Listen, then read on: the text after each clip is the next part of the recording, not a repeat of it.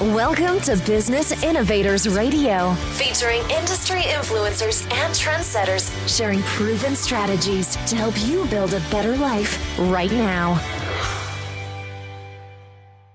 Hello, everybody, and welcome to Business Innovators Radio. I am really excited today because I have Dagne Clark with me of Greatlakes Waterproofing. I've had the honor of speaking with Dagne various times, and because I am one of the talk show hosts here on Business Innovators Radio, I wanted to get Dagne's take on various things because I'm impressed with Dagne. And what you should know is Dagne is the vice president of Greatlakes Waterproofing. She's been with the company 7 years, and the company has been in business since 1978. And they do commercial, residential, and industrial types of waterproofing, and we'll go over those here in just a minute. But also they do foundation stability, crawl space encapsulation, humidex, I don't even know what that is, but she'll explain it, and different types of waterproofing. So Dagne, welcome to the show today. Thank you, Andy. Dagne, I'm really excited to have you here, and the first thing I want to ask you is to tell us about the company, the types of customers you help, et cetera. And before you do, you had mentioned before industrial. And the thing I want to know about that is what's the difference between that and commercial. So go ahead and talk about that if you would. Yeah, absolutely. We are a basement waterproofing company. We focus on foundation stability though. So even though we're trying to waterproof it, what we're really trying to do is make sure that the structure itself later on down the line doesn't start to fail. When I talk about like the differences between commercial and industrial, you're looking at, we do work for a ton of residential. That's our primary focus. But we also, we're contracted actually internationally because we have a system that we use. It's an exterior bentonite injection. It's actually one of the most recommended systems by engineers. And so we do jobs, from Texas to, we've done a couple in Canada. We're going down to Louisville to do a large project here soon. So, we do these commercial projects all over the place. We actually use this system on elevator pit waterproofing as well. And we follow all the ASME codes of that. So we're very well recommended by state inspectors and, basically just anybody that has any kind of foundation water issues. Okay. Now, you're going all over the country, it sounds like, out of state, mm-hmm. right? Yes. Are there any other states' laws or anything that you have to follow and be aware of, or can you just go in and do what you're supposed to do? No, every time we go to a different city or a different state, each city and state are going to have different regulations. So we have to look into, do we have to get licensed in this particular area? What kind of permits do they want you to pull? Really, it can vary from city to city on the kinds of permits that you need to have pulled for the work and what kind of licensing you need to have. Some specific cities want you licensed in just that city. So there's kind of a lot of work that goes into it, but these are really large projects when we're traveling that far. So. Okay. I'll bet is it pretty difficult to give people a price on that when you go out of your own area? I mean, it's difficult. You always run the risk of those unforeseen events that can occur where, just unexpected and you can't be prepared for them. But ultimately, once we calculate our overhead costs and the cost of getting the guys out themselves, we have a pretty good idea of what we need to spend. What we need to charge in order to make a profit. Okay, good. Well, Dagne, now tell me this: if you were a customer, what do you wish you knew about your trade? Do you have any inside secrets that you want to share? Yes. Honestly, if I could make a public service announcement, this is what it would be. Customers and a lot of clients and a lot of people, they just don't understand the importance of grading, basically the landscaping outside of your house, gutters, and making sure that those are maintained, and downspouts. We have so many people call in on a daily basis that have, just water in one section of the basement, just one corner. And the first question is always, is there a downspout in that corner? Yes. Is it extended? Yes. How far away? 3 feet. Well, an average roof is going to have 1,500 gallons of water hit it after only a 1-inch rain, which is not even anything to write home about. And so out of those 1,500 gallons, all of that water is going to get diverted into the gutters, go through and if the gutters are backing up, it's going to just spill over in one section. And it's going to go through the 4 downspouts you've got. That puts hundreds of gallons of water. 3 feet is not enough. Engineers, they make the downspouts when you go to Lowe's or Menards. They make those downspouts 10 feet long because engineers specify and recommend that those downspouts are 10 feet long. So we get calls all the time from people that they just need to extend the downspout and they probably wouldn't even have an issue anymore. Interesting. You know, I've been in the building trades a long time ago myself for quite a while, and I've never heard that because I used to work in a hardware store and in a lumber yard, and the downspouts are 10 feet long normally, and so you just figure that comes off the gutter part, and then you put an elbow at the bottom and you go out 2 or 3 feet, and voila, you're done. But you're saying once it elbows away from the house, you need to go out 10 feet.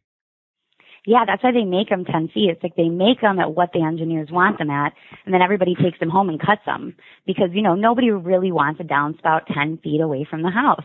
But at the end of the day, you have to get it outside of the original dig area. It's that 6-foot area that they dig around the home during the construction. They lay the wall after they dig this area, and then they backfill it with dirt. That area is, that dirt around the house is so much less dense than the dirt just 6 feet outside of it, because the dirt 6 feet outside of it is virgin soil. Water is going to take the path of least resistance. So as soon as it gets into that 6-foot area, it's not going to be able to escape, and it's going to travel right down and hit the footing of your wall. Interesting. You know, I have to tell a quick story. When I was working at that lumberyard, we had a customer come in, and he did something really odd. And now that you've told me what you told me, I kind of laugh and think, well, maybe he's kind of smart. But what he did was he planted 4x4 posts about 10 feet away from his house, and he elbowed right off of the gutter to the top of the post and then went down from there. So he looks like kind of like legs coming off of his house. Oh, really? And that was his downspout extension? Yeah. Oh, and, I've never seen that. I hadn't either. And everybody in town is kind of poked fun at him. But now that you told me what you told me, he's probably got the driest basement around. Oh, he's a genius, yeah. Oh, that's funny. Yeah, okay, and it's just so important. The grading too is just so important to keep that dirt sloping away from the home. Right, and an excavation person should know what to do there, of course. Yeah. What do you want customers to know about your profession? There's probably 2 things I'd really want them to know about the profession.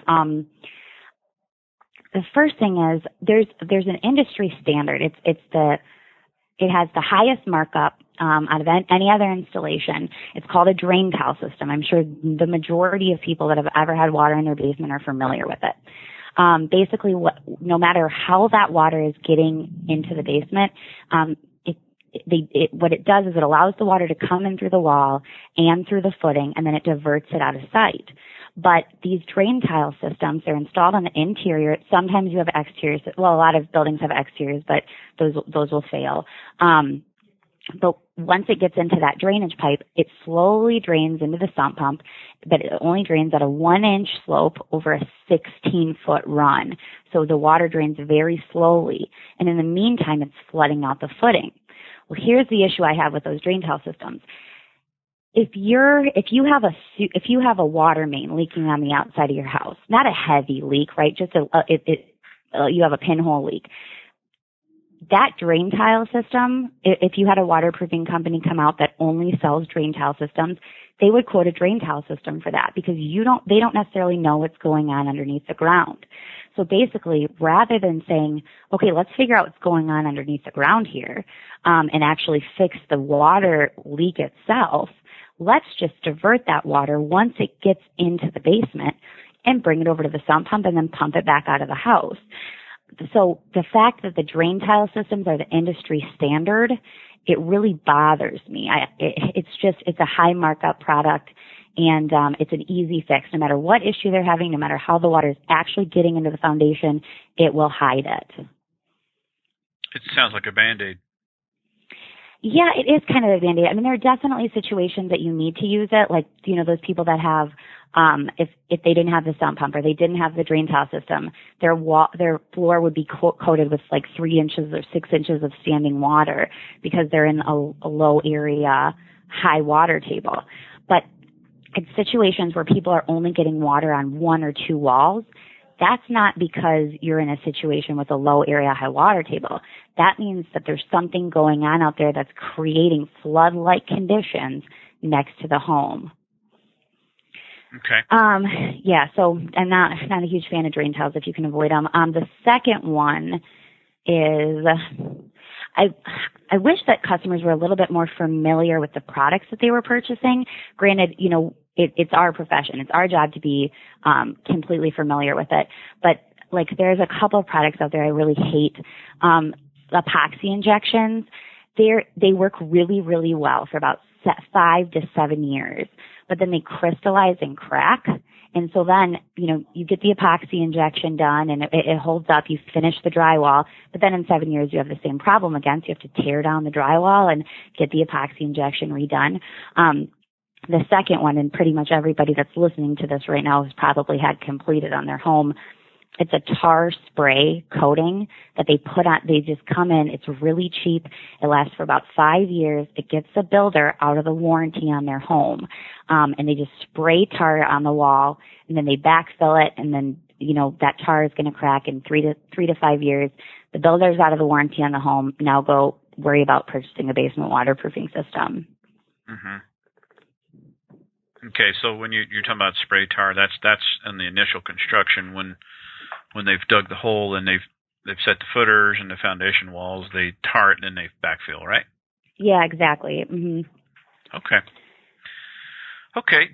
Now, Dagne, I understand that your company's work stands out from your competition, from what I know. So what is setting you apart from them? Why is that happening?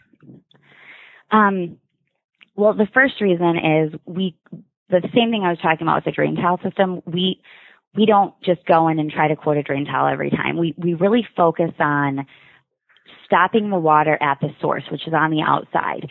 In order to do that, we really try to teach the customers, and we focus on foundation education. And if they understand how water is actually traveling in and how it's getting in, and if we can solve the problem on the outside of the building, then it'll increase the longevity of the wall. You won't have any stability issues, et cetera, et cetera. So really our focus is foundation education.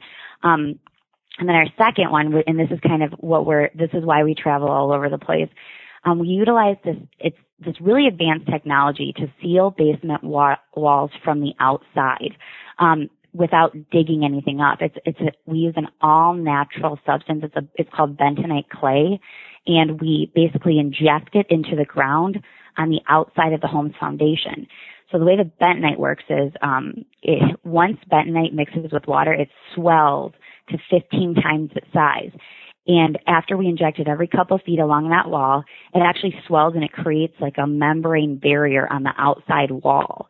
So rather than allowing, like a drain tile system, rather than allowing the water to hit the wall, enter the wall, and then get diverted into the tile system, what the injection actually does is it stops the water before it has the opportunity to hit the wall.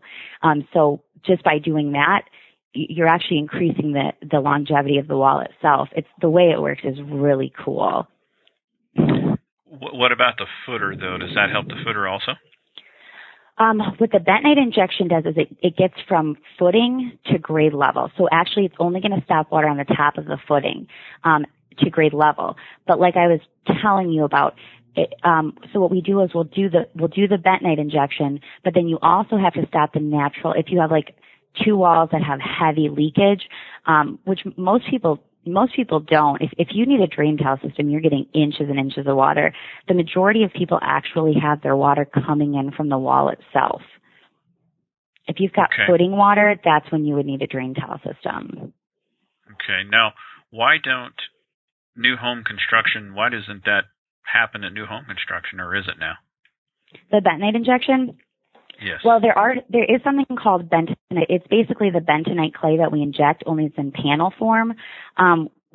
We do this at a lot of places also. We actually did the military training center down in Mascatuck.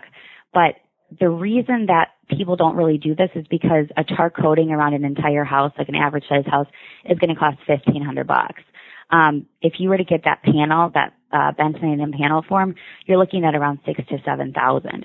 So it's much more expensive initially. But if you were to get a full drain tile system installed after the fact, you know, on an average size house with a sump pump with wallboard, you're right around $8,000 to $10,000. Mm-hmm. Interesting. So people just kind of they're probably thinking like, oh well, I will be in trouble, so I won't spend that extra $6,000. I would imagine. Well, I just don't think that they really know. Like the tar coatings, you need tar coating to pass inspection. I don't know why it was ever written that way, because I just don't like those tar coatings. And I discuss all this with, I've got a couple engineers that I use anytime I run into a weird situation, and they really hate those tar coatings too. But it's a less expensive alternative. If you've got a bunch of builders, you know, bidding on a project, you know, the one that comes in $7,000 higher than the other one because they have, this better foundation sealant, you know, they're probably just not going to win it, because it's just the education on roofing is great. Everybody knows you need flashing. Everybody knows you need, you know, an ice and water shield. But when it comes to foundations, it's like a mystery. Yeah, well, I bet it is. Okay. Well, do you have any favorite stories from your work that, you know, are interesting people would like to hear? Actually, yeah, we did this really interesting project. I didn't even think it was going to work at the time. We were contacted by a city. They had this lake, and the lake was leaking water. And in order for them to fix it, and it was leaking water through a wall, not through the floor of it. There was a dam. I'm sorry, I'll explain myself a little better. So there was this lake, and it was held in place by a dam, and the dam itself was leaking, but it was leaking right at the base.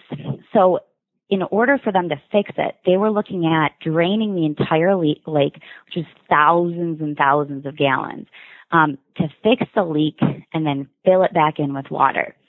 So this would have cost them, tens of thousands of dollars to get taken care of. So they called us because they looked into this bentonite injection process, and they called us and they said, you know, can you do this? And I said, well, I don't know if we can do that. We've never actually done anything like that. You know, we can try and see how it happens and see if it works out. So I sent a couple of my project managers down there to lead the project. And after we were injecting that clay right by the base of that wall inside of that lake for about 14 hours using these really, really specialty injection systems that we have, which are low pressure, but still pump the grout in a very thick form. And after about 14 hours of pumping, we couldn't stop pumping. If we stopped pumping, you know, the lake would wash it away eventually. It finally stopped the leak. And then after we stopped the leak from the inside, they were actually able to come in and do some repair from the outside. So it was pretty cool to see the extent of what that clay could do. That's a neat story. So had you not done that, it would have cost them approximately how much, did you say? You know, I don't know what the exact cost would have been. They said that they were looking at about $50,000 to get everything. 50,000. Yeah, 50,000. Okay. Yeah. And we actually were able to get that. We took care of that for about $5,500. So. Wow. That's quite a saving. It is quite a savings. Probably why it's one of my favorite stories. I love using them as a reference. Oh, I don't blame you. That's probably one of your best references, I would imagine. Yeah, it's a fun one. Okay, well, listen, we're about running out of time, so what I'd like to do is I want to know how homeowners, commercial business owners, industrial people can learn more about Greatlakes waterproofing. Well, you can go to www.greatlakeswaterproofing.com. basementwaterproofing.com. And then the basement waterproofing tab, that will basically, that'll give you kind of an outline of all of our different installations. We also have a quiz. It's called Basement Diagnostics. Can you fix it yourself? And it goes through like a list of questions, and then based on the questions and answers that, the potential client provides, it will actually tell them what kind of an issue it more than likely is, if they actually, need the professionals to come out there, because, and so that's a cool way to learn about that too, and that's on our website as well. Okay, and your phone number? Phone number is 888-448-2351. And did you want to give an email just in case? Yes, I do. It's support, SUPPORT, at Greatlakes, Lakes is plural, waterproofing.com. Okay. Well, Dagne, that was one of the most interesting interviews I've had. And I thank you for meeting with us. That was a lot of fun. Thank you so much for having me, Andy. Thanks for listening to Business Innovators Radio. To hear all episodes featuring leading industry influencers and trendsetters, visit us online at businessinnovatorsradio.com today.